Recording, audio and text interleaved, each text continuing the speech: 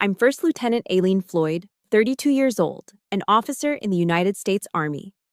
And tonight, on leave, I'm sitting at a dinner table in Buckhead, Atlanta, watching my brother, Preston, laugh in my face. "That's a good one, little sister," he says when I mention buying a house. "You just focus on following orders. Leave the big strategic moves to the people who actually understand them." My mother just nods, and my father is lost in his dry brisket, beaming because Preston just bragged about a big deal. A deal he has no idea is aimed at crushing my own company. They don't know that my big strategic move is already in motion. And the first target is the $5.2 million mansion Preston was just bragging about. If you've ever been underestimated, treated like the other in your own family, let me know where you're watching from. Hit like and subscribe, because this is the story of how a soldier took back control. I sat in the silence of my rented sedan, staring at the perfect colonial-style house. It was bathed in the soft, golden light of a Georgia evening, a monument of old money and new arrogance nestled in the heart of Buckhead.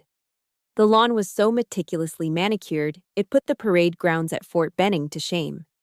Every blade of grass stood at attention. I took a deep, steadying breath, the kind I take before a mission briefing, and smoothed down the front of my blazer. This was my civilian armor, a sharp navy blazer, a silk shell top, tailored trousers, everything immaculate, wrinkle-free, and utterly devoid of personality. This wasn't a family reunion. It was an infiltration. I stepped out of the car and the heavy, humid Atlanta air wrapped around me like a weighted blanket. Inside, the chill was of a different sort. My mother, Eleanor, was in the foyer, not to greet me, but to orchestrate the movements of a hired housekeeper. She glanced up, her eyes doing a quick, critical scan of my appearance. "Good, you're here," she said, her voice crisp and dismissive. "Go on and set the table, Aileen." There was no hug. "No. How was your flight?" Just an order, delivered with the casual authority of someone who had never once considered I might refuse. From the dining room, I could hear my father, Arthur, holding court about his brisket. He'd been smoking it for 12 hours, a fact he'd announced to me via text message that morning. I could already smell it, the scent of dry, overcooked beef, a testament to his enthusiasm overpowering his technique. The entire house felt heavy, thick with the unspoken air of judgment. I walked toward the dining room, my footsteps unnervingly loud on the polished hardwood floors. I was on enemy territory. The dining room wasn't a place for family meals. It was a museum dedicated to the glorification of my older brother. The grand mahogany-paneled wall above the fireplace served as his personal shrine. There was Preston, grinning in a bespoke suit on a mock-up cover of Forbes. There he was again, shaking hands with a U.S. senator on the deck of a yacht, the picture of effortless influence. Another photo captured him accepting some meaningless financial award, his smile practiced and smug. My eyes scanned the curated collection of his triumphs, searching for any sign that another child lived here. And then I saw it.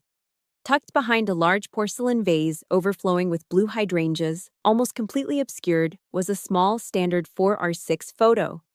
It was me, in my crisp dress uniform, on the day I graduated from West Point. My face was serious, filled with a pride and purpose that felt a million miles away from this room. I was an afterthought, a footnote hidden behind the floral arrangements. Just then, the front door opened and Preston swept in, a full 30 minutes late, as always. "Sorry, everyone, merger talks ran long," he announced to the room at large.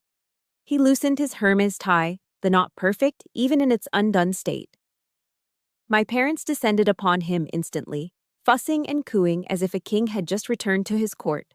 My mother took his suit jacket, my father clapped him on the shoulder, and just like that, the universe of the Floyd family realigned itself around its true center. The dinner officially began, and of course, the main topic of conversation was Preston. "I'm looking at a mansion over on West Paces," Preston announced nonchalantly, swirling a ridiculously expensive Cabernet in his glass, a bottle he'd brought, making a great show of presenting it to my father. $5.2 million. Needs a little work, but the property is incredible. My parents' eyes lit up as if he'd just announced a cure for cancer. "Oh, Preston, that's wonderful," my mother gushed. The right address is so important. She then turned to me, the gesture feeling like a mere formality, a box to be checked. And what about you, Aileen? Still, playing with your little computer projects on your off hours? Her tone was the one you'd use for a child proudly displaying a macaroni necklace. It was laced with a patronizing sweetness that was far more insulting than outright scorn. I kept my voice even, refusing to let the sting show. Actually, I said, placing my napkin on my lap, I'm looking into buying a house myself. Preston let out a sharp bark of laughter. It wasn't a chuckle, it was a noise of pure, unadulterated contempt that cut through the clinking of silverware. That's a good one, little sister, he sneered, taking a sip of his wine. With what? A first lieutenant's salary? That's adorable. Really? My father, sensing a flicker of tension, decided to intervene. Not to defend me, but to gently guide me back into the small, manageable box they'd built for me. Aileen, just focus on your military career, he said, his voice a placating rumble. Stability is a fine thing. It's good to have a steady government job. He said, job as if I were a clerk at the DMV. But the killing blow, as always, came from Preston. He leaned forward, placing his elbows on the table, the picture of condescending wisdom. You just focus on following orders, little sister, he said, his voice dropping into a mock-serious tone. Leave the big strategic moves to the people who actually understand them. My mother nodded in solemn agreement, and then, to add insult to catastrophic injury, he continued, his voice full of the self-satisfied excitement of a predator describing a kill. Speaking of which, the firm is pouring capital into a new tech disruptor, Apex Innovations. The goal is to move fast, hit the market hard, and crush all the small, independent players before they even know what's happening. My blood ran cold. He had just, with chilling precision, described the exact strategy being deployed against my own company, the one I had secretly founded and built from nothing. The company that was my life's work, the one they thought was a little computer project. My knuckles were white around the handle of my fork, the metal pressed painfully into my skin. I didn't say a word. I simply stood up, my chair making a quiet scraping sound against the floor. 3 pairs of surprised eyes turned to me. I drove away from that house, the dry taste of my father's brisket still in my mouth. A quiet fury was building inside me, solidifying from a hot, messy emotion into something cold, hard, and sharp. Crush all the small players, his voice echoed in my head. I pulled out my phone, my movements precise and deliberate. It rang twice. Thornton, a familiar voice answered. Reese, I said, my own voice steady and devoid of emotion. Preston wants the house on West Paces. There was a pause on the other end. I'm acquiring that target. The rain began to fall as I drove away from Buckhead, thick, heavy drops that smeared the city lights into long, blurry streaks across the windshield. The rhythmic thump-thump of the wiper blades was like a metronome, counting out a beat to the memory reel playing in my head. Crush all the small, independent players. Preston's words echoed in the enclosed space of the car, not with the arrogant boom he'd used at the dinner table, but with a chilling familiarity. He'd always been good at crushing things, especially if they were mine. The sound of the rain faded, replaced by the noisy chatter of a high school gymnasium. I was 15 years old again, standing under the buzzing fluorescent lights of the annual science fair. For 3 straight weeks, I had barely slept, fueled by cheap coffee and a burning desire to create something real. My project was a simple door security system, coded from scratch on a clunky second-hand laptop I'd bought with money saved from mowing lawns all summer. It was the most valuable thing I owned. The code was elegant, the circuitry was clean, and when I flipped the switch, it worked. Perfectly. A wave of pride, so pure and potent, had washed over me. This, I thought, this was it. This was the thing that would finally make my father, a former executive, look at me and see not just a quiet, nerdy daughter, but potential. Then Preston arrived. He was a freshman in college then, home for the weekend, and he'd brought his entourage, a pack of loud, entitled frat boys, all wearing polo shirts with popped collars and smelling of cheap beer. They swaggered through the aisles of carefully constructed projects, their laughter echoing off the gymnasium walls. "Hey, check it out! It's the Floyd family genius," Preston bellowed, pointing a thumb at my booth. His friends snickered. I felt a hot flush of shame creep up my neck. I tried to shrink behind my trifold presentation board. "What's this supposed to be, Aileen?"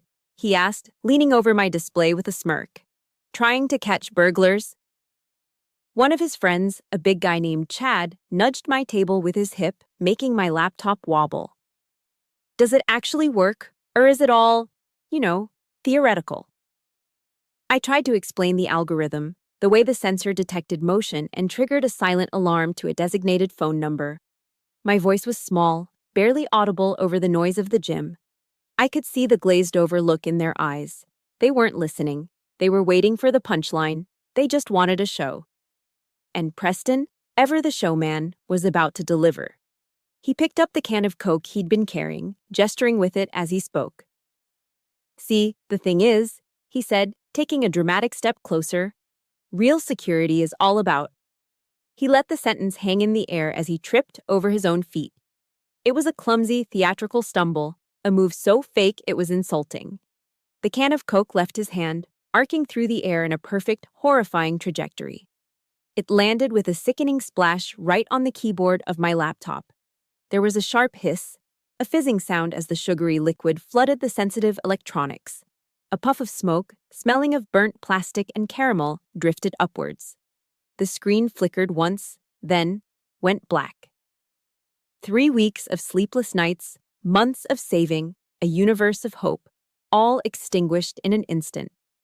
Preston's friends roared with laughter. He just shrugged, a picture of feigned innocence.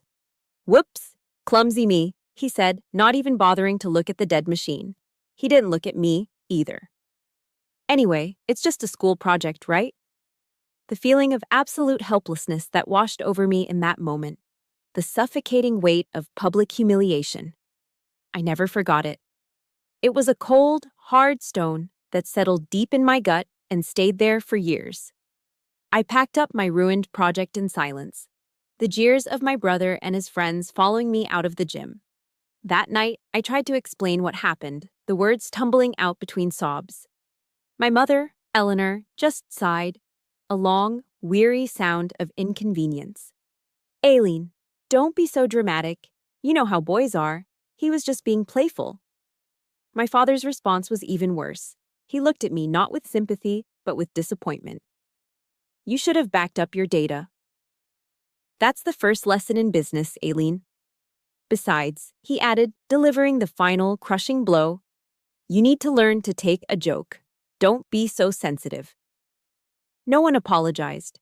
No one made Preston pay for the laptop he'd destroyed. They blamed me for being bullied.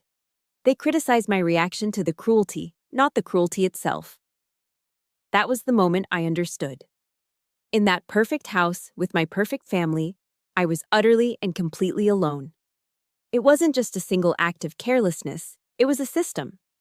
A system designed to protect the golden boy and manage the scapegoat. If you've ever had a moment where you felt completely invisible in your own family, a moment where your feelings were dismissed as being too sensitive, please support this story with a like.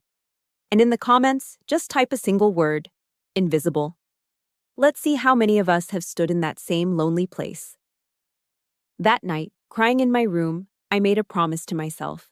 I would never again depend on their approval. I would never again be so fragile.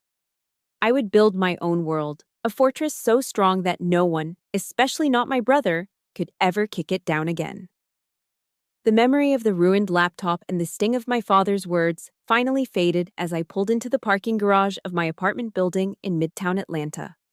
The echo of that long-ago humiliation dissolved into the present moment. Up in my apartment, the air shifted. This place was the complete antithesis of my parents' Buckhead mansion. It wasn't large or opulent. It was small, functional, and ruthlessly efficient. There were no family photos on the walls, no shrines to anyone's success. Instead, the main wall of my living area was dominated by a massive whiteboard, a chaotic tapestry of complex security algorithms and projected revenue streams. This was my real home, my command center. I walked into the small kitchen, the exhaustion of the evening settling deep into my bones. I brewed a cup of black coffee, the bitter aroma cutting through the lingering sweetness of my mother's cloying disapproval. Back at my workstation, I powered on my laptop. Not the flimsy second-hand machine of my youth, but a hardened, military-grade beast of a computer. Its processing power a quiet promise of capability. I never let anyone else touch my tools again. Taped to the corner of the monitor was a yellowed sticky note, a quote I had transcribed on my first day at West Point. It had followed me from my barracks to Bagram and back. It is not the critic who counts. The credit belongs to the man who is actually in the arena, whose face is marred by dust and sweat and blood. Teddy Roosevelt's words were more than an inspiration. They were an operational directive. This small apartment was my arena. This was my sanctuary. The place where, line by painstaking line, I built Aegis solutions from nothing. My mother's little computer hobby wasn't born in a cozy basement. It was forged in the dust and chaos of Bagram Airfield, Afghanistan. My nights there weren't spent at officers' clubs. They were spent huddled in the back of a freezing shipping container, a Conex box, the deafening roar of C-130s taking off just yards away, rattling the metal walls. With numb fingers, I'd type code for hours, building the foundational architecture of Aegis on a ruggedized laptop. The green glow of the screen, a small circle of light in the oppressive dark. My days were for the Army. My nights were for Aegis. I used my meager first lieutenant's salary, money my family assumed I was spending on uniforms and pizza, to pay for server space. I took my first potential client calls at 3 a.m, whispering into a satellite phone, hoping the connection would hold just long enough to secure a contract. All the while, my family imagined me playing soldier, living a simple, structured life, following orders like a good girl. They had no concept of the empire I was building in the shadows of their ignorance, an empire financed by my exhaustion and built on a foundation of their underestimation. The irony was a bitter pill I'd swallowed long ago. I remembered the day I got my acceptance letter from Georgia Tech, a full scholarship for their renowned engineering program. It felt like my future was finally beginning. I showed it to my father, my hands trembling with excitement. He'd glanced at it, his expression unreadable, before setting it down on the kitchen counter. "You need discipline, Aileen," he'd said, his voice laced with that familiar tone of paternal authority. "West Point will forge you into something stronger." A few months later, I overheard him on the phone with Preston, his voice brimming with a pride he never showed me. "We're going to liquidate some of the blue chips," he'd said. "We need to make sure we have enough liquid capital to cover your Harvard MBA. That is the future of this family." So I packed my bags for the U.S. Military Academy. I traded my dream of designing circuits at Georgia Tech for the rigid discipline of the long gray line, hoping, naively, that this sacrifice would finally earn their respect. And now, more than a decade later, after all the deployments, the commendations, the quiet successes, they still saw me as a child playing with computers. I clenched my hand into a fist, the phantom pain of that long-ago choice tightening in my chest. They hadn't just underestimated me, they had actively diverted the resources for my dream to finance my brother's. The real turning point, the moment Aegis went from a dream to a viable reality, came during Christmas 2 years ago. My family was in Aspen, a trip entirely funded by Preston, who made sure everyone knew it. They were sending me photos of snow-capped mountains and expensive ski lodges. I'd told them I had to be on duty, a convenient lie they readily accepted. The truth was, I'd drained my entire savings account for a last-minute flight to Austin, Texas. I wasn't there for the music or the barbecue. I was there for a massive cybersecurity conference, a long shot in a sea of tech giants and venture capitalists. I stayed in a cheap motel off the highway that smelled of stale smoke and desperation. For 3 days, I lived on protein bars and the free coffee from the convention center. I networked relentlessly, handing out the simple business cards I'd printed myself, fighting for a moment of anyone's time. I finally got it. 5 minutes in a crowded, noisy breakout room to demo my prototype to a small group of angel investors. I was nervous, exhausted, and running on fumes. But when I spoke about my technology, the passion took over. I explained the architecture, the unique encryption method, the potential for scalability. One man stayed behind after the others had left. He was older, with sharp, intelligent eyes that saw past my simple blazer and nervous energy. He saw the code. He saw the potential. He asked 3 brutally tough questions, and when I answered them without hesitation, he handed me his card. He became my first investor. His check wasn't just money, it was validation.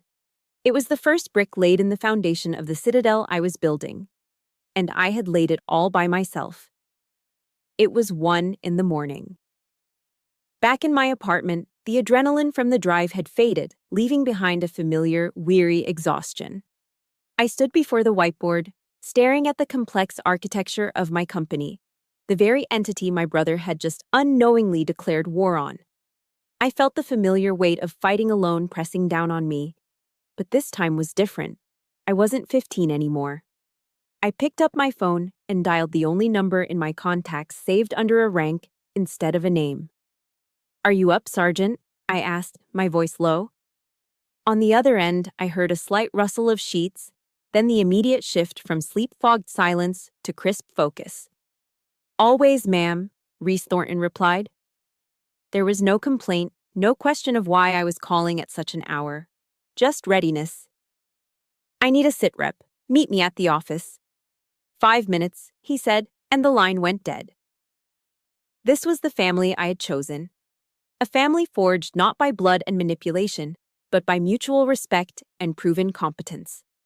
As my car cut through the deserted streets of Midtown, the Aegis Solutions headquarters came into view, its glass and steel facade glowing against the dark sky.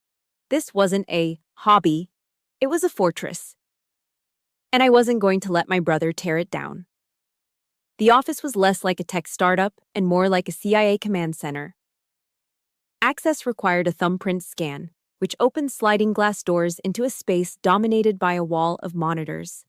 They displayed a constant, silent stream of global cybersecurity data, threat assessments, network vulnerabilities, and asset protection protocols. Reese was already there, standing by the coffee machine as promised, 2 steaming black coffees in hand. He was a former Army sergeant who had served under my command, and now he was the Chief Operating Officer of Aegis Solutions. He was the only person on Earth who knew the full story. He handed me a mug. "Situation report, Lieutenant," he said, his tone a familiar mix of military formality and dry humor. I took a sip of the strong coffee, the warmth a welcome contrast to the chill that had settled in me hours ago. My eyes drifted to the glowing charts on the wall. They showed a 300% growth curve over the last fiscal year. Last year's revenue, $35 million. My little computer project was doing just fine. I gave him the battlefield assessment, recounting the dinner in flat, emotionless detail. The condescending remarks, Preston's mansion, the final chilling mention of Apex Innovations. Reese listened without interruption, his expression hardening. He didn't laugh or offer empty reassurances, he just tightened his grip on his coffee mug, his knuckles turning white. "Your family," he said finally, his voice a low growl. "They're blind, ma'am. Willfully blind." He shook his head, taking a slow breath. "It reminds me of that NATO exercise in Germany. You remember that?" I nodded. It was years ago, but the memory was sharp. The Red Team hackers launched a simulated cyber attack that took down the entire power grid for the base. Chaos. We had full bird colonels running around yelling, unplugging things, literally shouting at the monitors. He let out a short, humorless laugh. "And you, just a brand new first lieutenant, you calmly walked up to the command console. This old colonel, a guy with 30 years in, was just frozen, staring at the screen. You put a hand on his shoulder, gently moved him aside, and sat down. He paused, his eyes fixed on me, remembering. Your fingers just flew across the keyboard. It was like watching a concert pianist. You weren't panicked, you weren't even sweating. In under 10 minutes, you had isolated the breach, purged the malware, and rebooted the entire grid. The lights came back on, and the whole command tent just stared at you. He looked me straight in the eye, and for the first time that night, I felt something other than anger and hurt. I felt seen. You pushed a full-bird colonel out of his own chair, ma'am, Reese said, a slow smile spreading across his face. You didn't ask permission. You just took command because you were the most competent person in the room. That's when I knew you were the real deal. I told myself that day I'd follow you anywhere. That was it. That unwavering respect, that unconditional faith in my abilities, born from seeing me in action, not from a shared last name. It was the one thing I had craved my entire life, and I had never once gotten it from my own family in Buckhead. Here, in this office at nearly 2 a.m, with an army sergeant who saw me for exactly who I was, I finally felt home. The exhaustion and the hurt began to recede, replaced by a cold, clear sense of purpose. All right, Reese said, his voice snapping back to business as he turned to the main monitor. He brought up a schematic of our current projects, his fingers moving deftly across the keyboard. They want a war. We'll give them a war. He looked over his shoulder at me, his expression all loyalty and resolve. What are your orders, Lieutenant? So it's not just talk, I said, my voice flat. Reese and I were huddled over the main console in the Aegis Command Center, the glow of the screens illuminating the stark determination on our faces. The warmth of our brief moment of solidarity was already being chilled by the harsh realities of the situation. Reese tapped a key, bringing up a freshly published article from the Atlanta Business Chronicle on the central monitor. The headline was stark and confident, written in the bold, declarative font of a business press release. Preston Floyd's venture firm leads $20 million investment round in Apex Innovations. I read the first paragraph, then the second. It was all there: the aggressive market strategy, the targeted demographics, the explicit goal of capturing market share from smaller, specialized firms. My firms. Reese pointed to a line item in their published strategy. They're not just a competitor anymore, ma'am. They're a well-funded threat. They'll use that cash to undercut our pricing and poach our clients. He paused, his expression grim. They already tried to headhunt 2 of our junior engineers last week, offered them double their salaries. This was worse than I thought. This wasn't just Preston's casual arrogance at the dinner table. This was a calculated, strategic assault. He was actively, deliberately trying to crush me.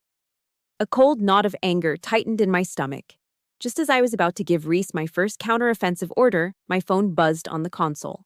The caller ID flashed a name that made me want to hurl the device against the wall. Eleanor Floyd. I let out a long, slow sigh. Reese saw the name and gave me a sympathetic look. I waved a hand, signaling it was fine, and pressed the speakerphone button. Maybe, a tiny naive part of my brain thought, maybe she's calling to apologize. Aileen, darling, Eleanor's voice cooed through the speaker. It was a honey-sweet tone, a carefully crafted instrument of Southern passive aggression she only deployed when she wanted something. I've been thinking so much about dinner the other night. I waited, my silence a wall. And I think, she continued, her voice dripping with faux sincerity, that you should call Preston and make things right. The words hung in the air of the command center, so absurd, so profoundly unjust, that for a moment I couldn't process them. I saw Reese physically turn his back to the console, his shoulders tense, a gesture of respect to give me the illusion of privacy while he tried to conceal his own outrage. Make things right, I repeated, my voice dangerously quiet. Yes, honey, she said, as if explaining something to a child. You know your brother. He's under a tremendous amount of pressure with all his success. And when you brought up buying a house like that, well, it came across as a little provocative, don't you think? It made him uncomfortable. I felt the blood drain from my face. Provocative. My quiet statement of a personal goal was provocative. She was rewriting history in real time, painting me as the aggressor, the agitator in a situation where I had been openly mocked and belittled. You should apologize for creating all that tension, she went on, her tone now one of gentle, maternal guidance. He loves you, you know that. He just wants what's best for you. Love? He had just called me a failure in front of our parents, and now he was using a $20 million war chest to methodically dismantle everything I had ever built. This was their definition of love, a blanket to smother me with while they celebrated my brother's predatory success. I was supposed to apologize for having the audacity to exist outside of the tiny box they had assigned me. I took a breath, forcing my voice to remain level. "Mother," I said, the word feeling foreign and strange on my tongue. "Did you hear what Preston said about my work? Did you hear him call it insignificant?" There was a long, exasperated sigh on the other end of the line. "Oh, Aileen, don't be so sensitive. You know how he is. He was just teasing you." She dismissed the deepest insult of my professional life as a harmless joke. It wasn't a misunderstanding. It was a complete and utter refusal to see. She was incapable of it, or worse, unwilling. "Anyway," she said, her voice brightening, abruptly changing the subject as if the matter was settled. "Are you planning on attending the Piedmont Driving Club's charity gala on Friday? Preston is the keynote speaker, you know. It would look so good for you to be there, supporting your brother. It's a wonderful opportunity for you to network with successful people." She didn't get it. She would never get it. I was a soldier on a battlefield my brother had created, and my own mother was suggesting I attend his victory parade. She wanted me to stand in a crowd of Atlanta's elite and applaud the man who was actively trying to destroy me. That was the final piece of confirmation I needed. You can't reason with a person who refuses to acknowledge reality. You can only change it. I pressed the red icon on the screen, ending the call. The silence that followed was heavy, broken only by the quiet hum of the servers lining the wall. The sound of my real life, my real work. The empire they refused to see. After I ended the call with my mother, I stood perfectly still. For 10 full seconds, I didn't move, didn't breathe, letting the silence of the command center wash over me. It was a profound quiet, broken only by the low, steady hum of the server racks lining the wall, a sound that, to me, was the rhythmic breathing of my creation, my life's work, the sound of my real life. Reese stayed silent, watching me from across the room. He didn't offer platitudes or ask if I was okay. He knew this look. He'd seen it on my face in the moments before a mission launch in some dusty, forgotten corner of the world. That unnerving calm that settles just before the storm breaks. It was the absolute certainty that comes after the final piece of intelligence clicks into place. In that silence, something fundamental inside me shifted, a tectonic plate of long-buried pain and resentment grinding into a new position. The hurt, the lifelong sting of being the afterthought, the quiet ache of being unseen. It didn't just fade, it cauterized. The raw, open wound of their disapproval was seared shut by the white-hot fury of my mother's final, ultimate betrayal. What was left wasn't fragile or wounded. It wasn't sad. It was cold, hard, and clear. It was steel. "She wanted me to apologize," I said. My voice wasn't emotional. It was a simple statement of fact, a piece of battlefield intelligence, but it cut through the silence like a razor. Reese simply nodded, his eyes locked on mine, waiting. He understood the gravity of that statement. It wasn't just a request. It was an attempt to erase my reality. "So, what are we going to do, Lieutenant?" he asked, his voice steady. He wasn't asking for a discussion or a therapy session. He was asking for his orders. That question solidified everything. I turned and walked with measured steps to the massive whiteboard that covered the far wall. It was a chaotic masterpiece of my own design, a complex web of security algorithms, data flow charts, and projected revenue streams. It was the blueprint of my silent success. I picked up a black dry erase marker, uncapped it with a decisive click, and with a series of long, sweeping strokes, I wiped it all clean. The work of months, the intricate plans for defense and growth erased in seconds. The slate was now blank. The silence in the room was now absolute, filled with the weight of unspoken potential.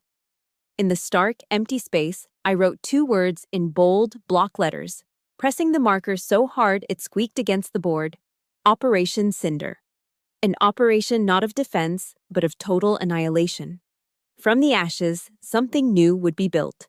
"Reese," I said, turning back to him, my voice now carrying a new timbre. It was crisp, authoritative, and utterly devoid of emotion. It was the voice of command. "Target package number 1. Contact our real estate acquisitions agent Now. Reese was already at his terminal, his fingers poised over the keyboard. Standing by, ma'am. The property at 4500 West Paces Ferry, the one my brother was bragging about. Reese's fingers flew and the Zillow listing for a sprawling, opulent mansion appeared on a side monitor. I want to make an all-cash offer, $200,000 above the current asking price. Use the pre-established shell corporation, Northside Holdings. I want zero contingencies, a 7-day close, and I want the keys in my hand in 48 hours. Make it happen. A slow, dangerous smile spread across Reese's face. It was the look of a soldier who had been waiting for the order to go on the offensive.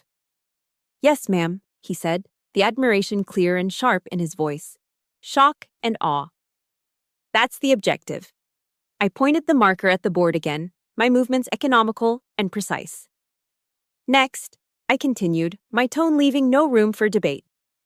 Target package number 2. Apex Innovations. I drew a box below the operation title and began listing sub-targets. I want a full spectrum analysis. I want their complete supply chain mapped, from hardware vendors to their cloud service providers. I want personality profiles on their key engineers and executives, their ambitions, their frustrations, their pressure points. I want their entire client list, their server architecture, and a full penetration test to identify every single digital vulnerability they have. I want to know what brand of coffee their CEO drinks in the morning. Preston wants to fight a strategic battle in the world of business. He's about to find out what a real strategic battle looks like. My eyes flickered to the small yellowed sticky note on my monitor, to Teddy Roosevelt's words that had been my mantra for so long. The credit belongs to the man who is actually in the arena. For years, I had interpreted that as a call to endure, to keep my head down and keep fighting my quiet battles in the dust and sweat, invisible to the critics in the stands. But I saw it differently now. The quote wasn't about enduring punishment, it was about fighting to win. The man in the arena doesn't just bleed, the man in the arena wins. The time for quiet endurance, for absorbing their blows and hoping they would one day see my worth, was over. It was time to claim the victory. Reese nodded once, a sharp, affirmative gesture. He didn't ask why. He didn't question the aggression or the speed. He was a soldier, and he had been given a clear and actionable set of orders. He turned to a separate workstation and began typing furiously. The clicks of the keys like the sound of a weapon being loaded. The machine was in motion. I walked over to the floor-to-ceiling windows, looking out at the glittering lights of the Atlanta skyline. Somewhere out there, in the wealthy, insulated enclave of Buckhead, my brother was probably sleeping soundly, dreaming of his brilliant new venture. My parents were probably toasting his success, reinforcing the family narrative of the golden son and the difficult daughter. They were all so sure of their places in the world, so confident in the roles they had assigned me. Preston told me I should focus on following orders, I said quietly, more to myself than to Reese. My reflection stared back at me from the dark glass. No longer a hurt daughter trying to earn approval, but a commanding officer on the eve of a major offensive. He's about to find out what my orders are. The war had been declared at a dinner table, without my consent, but it would be fought on my terms, on my battlefield, using my weapons, and this time, I wasn't hiding my firepower. This is the moment everything changes. It's the moment you stop defending and start attacking. If you've ever reached that point in your own life, that enough is enough moment, hit the like button as a salute to that strength. And in the comments, type 2 words that say it all. No more. Let's see who is ready for the fight. 48 hours later, Operation Cinder's first objective was secured. I stood with Reese in the grand, marble-floored foyer of the mansion on West Paces Ferry Road. The space was cavernous and empty, our footsteps echoing off the soaring ceilings and bare walls. Sunlight streamed through the massive Palladian windows, illuminating dust motes dancing in the still air. The previous owners had already moved out, leaving behind only the scent of lemon polish and the profound silence of a home waiting for a new life. Transaction is complete, Reese said, his voice professional but carrying an undercurrent of satisfaction. He dropped a heavy set of keys into my waiting palm. The metal felt cold and solid. a tangible symbol of my victory. All cash, routed through the Northside Holdings Shell Company. Clean, fast, and completely anonymous. They never knew what hit them. I walked through the echoing rooms, my boots clicking on the marble and hardwood. Reese followed a few paces behind. We weren't admiring the architectural details or imagining where furniture would go. We were assessing the terrain. Good sight lines from the upper balcony, Reese noted, pointing towards the sweeping view of the infinity pool and the dense forest beyond. Clear field of fire. We can secure the perimeter with a new gate system and motion sensors. I nodded, looking at the layout not as a homeowner, but as a strategist. The main entrance is a potential bottleneck. We'll need to establish secondary egress points. The service corridors are well placed. This wasn't just a house to me, it was a strategic asset. A beachhead established deep in enemy territory. It's not just a house, Reese, I said aloud, my voice echoing slightly in the vast space. It's a message. Understood, ma'am, he replied. Which brings us to phase 2. He paced the cavernous living room, his eyes scanning the space, assessing its tactical possibilities. The housewarming party, or, more accurately, the reveal operation. A slow smile touched my lips for the first time in days. Exactly. An ambush, hidden in plain sight. I turned to face him, my mind already running through the logistics. The guest list will be critical. I want everyone there. Atlanta's business press, our key partners from Aegis, every major tech player in the city, and... I paused for effect. The entire Floyd family. Reese's smile widened. I like it. How do we ensure they attend? The invitations will be sent from the new mysterious owners of 4500 West Paces. We'll make it the most exclusive, talked-about event of the season. For my parents and Preston, the combination of high society and intense curiosity will be irresistible. They'll walk right into the trap because their egos won't allow them to miss it. A few days later, I had to make one last trip to the Buckhead house. There were some old service records and personal documents I needed from my childhood bedroom. I timed my arrival for midday, assuming everyone would be out. But as I was quietly packing a box in my old room, I heard Preston's voice erupt from my father's study downstairs. It wasn't his usual smooth, confident tone. It was a choked, furious roar. What do you mean, it's sold? He yelled into his phone. It was on the market for 3 weeks. I was putting together the financing. There was a pause, then his voice climbed even higher. To a shell company? I don't care how much they offered. Find out who they are. Don't you know who I am? I wanted that house. I stood just outside the study door, hidden in the hallway's shadow, listening to the impotent rage of the golden boy who had just been outplayed. For the first time in his life, something he wanted had been taken from him, and he had no idea who to blame. I expected to feel a surge of triumph, a rush of vindictive pleasure.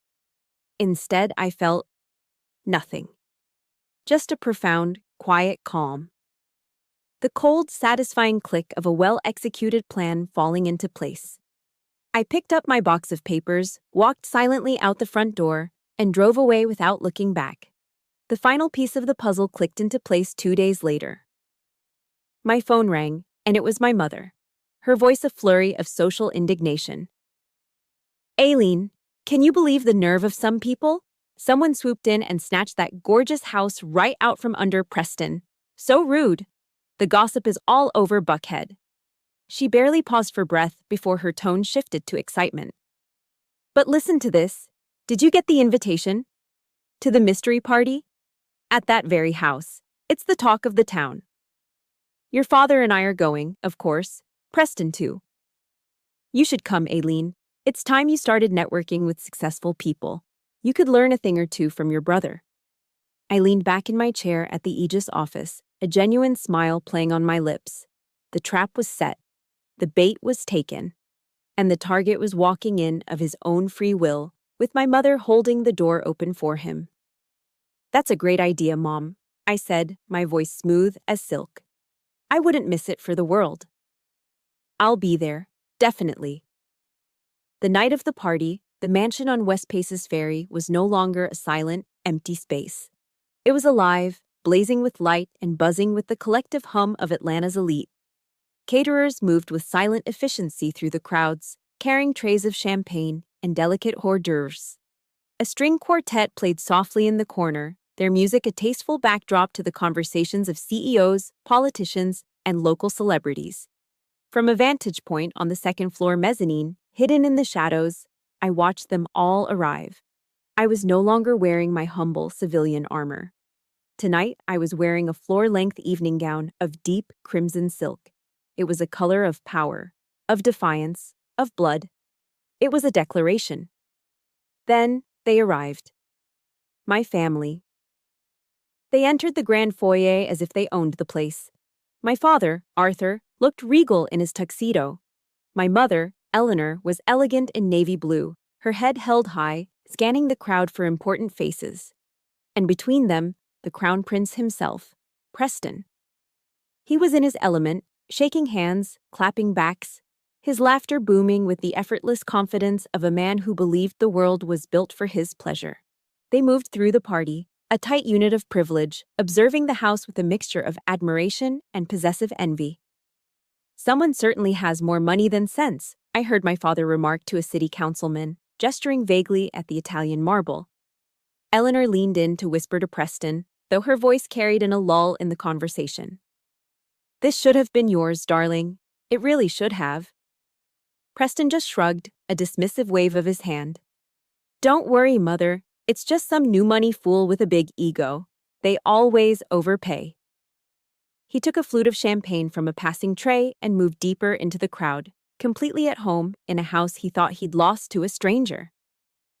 I watched them for another 20 minutes, a silent observer at my own party. They mingled, they networked, completely oblivious. My mother pointed out the integrated smart home and security system, controlled by a series of sleek, wall-mounted touchscreens. I had overseen the installation myself. Reese had programmed the interface. "Oh, look at that," Eleanor said with a condescending little laugh to the wife of a banking executive. "It looks just like those little gadgets Aileen is always tinkering with in her apartment. This is probably the professional version, of course. Much more expensive." Preston, who had circled back to them, didn't even glance at the screen. He rolled his eyes.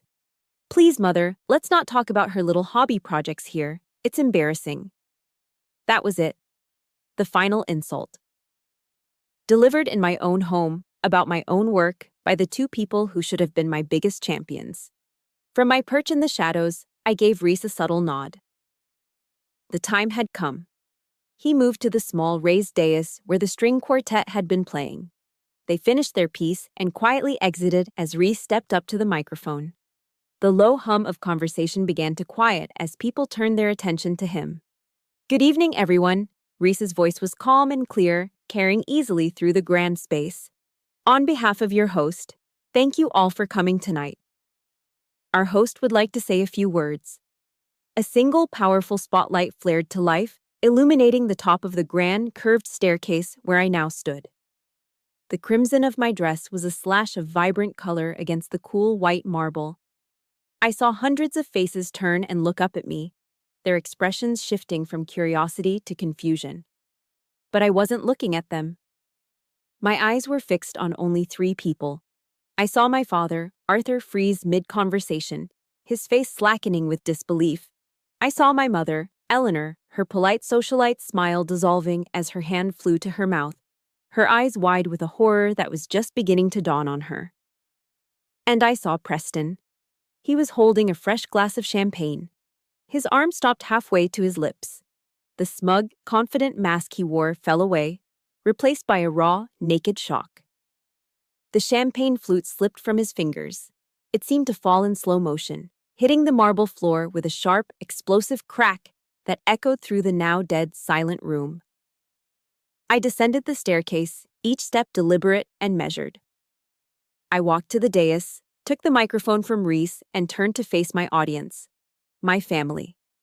My voice, when I spoke, was perfectly calm. It was amplified, clear, and carried not a single tremor of fear or hesitation. "Welcome, everyone," I began, my gaze sweeping the room before landing squarely on my parents. My family has always worried that my little computer hobby, as they call it, would never amount to a real future. I let the words hang in the air, then I turned my head, my eyes locking directly with Preston's. He was still frozen, a shard of his broken glass near his expensive Italian shoes. My brother, in fact, recently gave me some sound advice. He suggested I should leave the big strategic moves to the people who actually understand them. A small, cold smile touched my lips. And so I am especially happy that they could all be here tonight to witness my latest strategic move. I raised my free hand, gesturing to the magnificent house around us, to the life they never saw, the success they never believed in. Welcome to my home. The party ended in a stunned, chaotic silence. My family didn't rage or scream. They simply vanished. They slipped out a side door amid the flurry of confused whispers and shocked glances from the other guests, disappearing into the Atlanta night like ghosts. In the 3 months that followed, my phone became a vessel for my mother's escalating desperation. It started with angry texts, then devolved into pleading voicemails filled with dramatic sobs and accusations. I deleted them all without listening. The war for recognition was over. Now began the war of attrition. While my family was reeling, Aegis Solutions was executing the final phase of Operation Cinder. We didn't need a sledgehammer, we used a scalpel. We launched a major software update that rendered Apex's flagship product obsolete overnight. Reese, with surgical precision, negotiated the acquisition of a small, obscure firm in Silicon Valley that happened to own a key patent essential to Apex's next-generation technology. We didn't enforce it, we just sat on it, cutting off their future. Then, we made a quiet, irresistible offer to Apex's lead engineer, a brilliant woman Preston had poached from a competitor. We offered her not just more money, but a budget, a team, and the freedom to innovate. Things my brother, in his arrogance, had never bothered to provide. It was a precise and brutal corporate dismantling. Last Friday, Apex Innovations filed for Chapter 11, bankruptcy. The financial press, which had once lauded Preston as a visionary, now called him a reckless amateur, a case study in hubris and poor judgment. His star had fallen as quickly as it had risen. They came on a Sunday afternoon. I saw their car pull up the long driveway from my home office window. They didn't come as guests invited to a party, they came as supplicants seeking an audience. I had the staff show them to the formal living room, the same room where they had mingled with contempt just 3 months earlier. I made them wait for 10 minutes before I entered. They were sitting together on one of my expensive Italian sofas, looking small and out of place amidst the airy, modern decor. My mother was weeping silently into a handkerchief. My father, Arthur, who had always carried himself with such unshakable pride, looked like a defeated old man, his shoulders slumped, his face etched with a weary despair. Preston sat between them, his face ashen, his eyes hollow. He stared at the floor, a ghost in a bespoke suit. "Aileen," my mother began, her voice thick with tears, "you have to help your brother. You have to save him. He's lost everything." My father looked up at me, his eyes pleading for the first time in my life. We co-signed the loans for his initial investment, Aileen. We put up our retirement savings as collateral. His voice broke. "We're going to lose the house." The silence that followed was heavy, filled with the unspoken weight of their ruin. It was Preston who finally broke it, though he still couldn't bring himself to look at me. "You don't understand," he mumbled, his voice a hoarse whisper. "It was a complex tech deal, highly volatile. You got lucky." Lucky. After all the years of silent work, the nights in Afghanistan, the sacrifice of my own dreams, he still couldn't see it. He still thought my success was an accident and his failure was a complex misfortune. I walked closer, standing directly in front of him, forcing him to finally lift his head and meet my gaze. "The company was called Apex Innovations," I said, my voice cold and clear as ice. "And it went bankrupt because my $35 million hobby project systematically acquired its core infrastructure, its intellectual property, and its top talent." I let the words sink in, watching the dawning horror in his eyes. "You declared war on me, Preston. You did it with our parents' life savings, and you lost. A strangled gasp escaped my mother's lips. My father simply stared, his mouth agape. The full scope of the situation, the terrible, ironic truth of it, finally crashed down upon them. They hadn't just been blind. They had actively funded their own son's assault on their daughter. It was Eleanor who found her voice first, a piercing shriek of disbelief and fury. "But we're family! How could you do this to your own brother?" That was the final lie I could not let stand. I turned away from them, walked across the marble floor to the grand front doors, and pulled them open, letting the bright afternoon sunlight flood the foyer. "No," I said, my voice resonating with a lifetime of unspoken truth. "This isn't what a family does. A family doesn't belittle and undermine. A family doesn't try to crush one of its own to elevate another." I looked at them one last time, not as my mother, my father, and my brother, but as three strangers sitting in my house. You were never my family. I held their stunned, broken gazes for a long moment. "Get out of my house." They stumbled to their feet and walked past me in a fog of shock and grief. I didn't watch them get into their car. I just stood there until I heard the sound of their engine fade into the distance. Then, with a quiet final click, I closed the door, shutting them out of my life forever. The war, the one that had been raging since I was a child, was finally over. 3 months later. I was sitting on the terrace of my mansion on a quiet Sunday morning. The air was soft and warm, carrying the sweet scent of Georgia pine and blooming magnolias. There were no more dinner table battles to prepare for, no more strategic assaults to plan. There was just the gentle clink of my spoon against my coffee cup and the peaceful expanse of the blue sky above. The house no longer felt like a trophy of war. It felt like a sanctuary, a place of profound and hard-won peace. Spread out on the table in front of me weren't battle plans or threat assessments. They were the architectural blueprints and curriculum outlines for the Aegis Veterans Program. It was a $5 million fund I had established, a personal commitment to recruit, train, and employ transitioning service members, giving them a clear path to a new career in the tech industry. For so long, my work had been about building defenses, about creating impenetrable walls. Now, it was about building bridges. I was creating my own chosen family, my own garrison of allies, on a much larger scale. This was the true dividend of my victory. As I was reviewing a proposal for a new training module, my phone, lying face up on the table, began to vibrate. The name on the screen was Eleanor. A year ago, that name would have sent a jolt of anxiety or a surge of anger through me. 6 months ago, it would have been a trigger for cold determination. But now, as I looked at it, I felt nothing. My heart rate didn't quicken, my hands didn't tremble. There was no anger, no satisfaction, not even the ghost of a wound. There was only a quiet, hollow emptiness.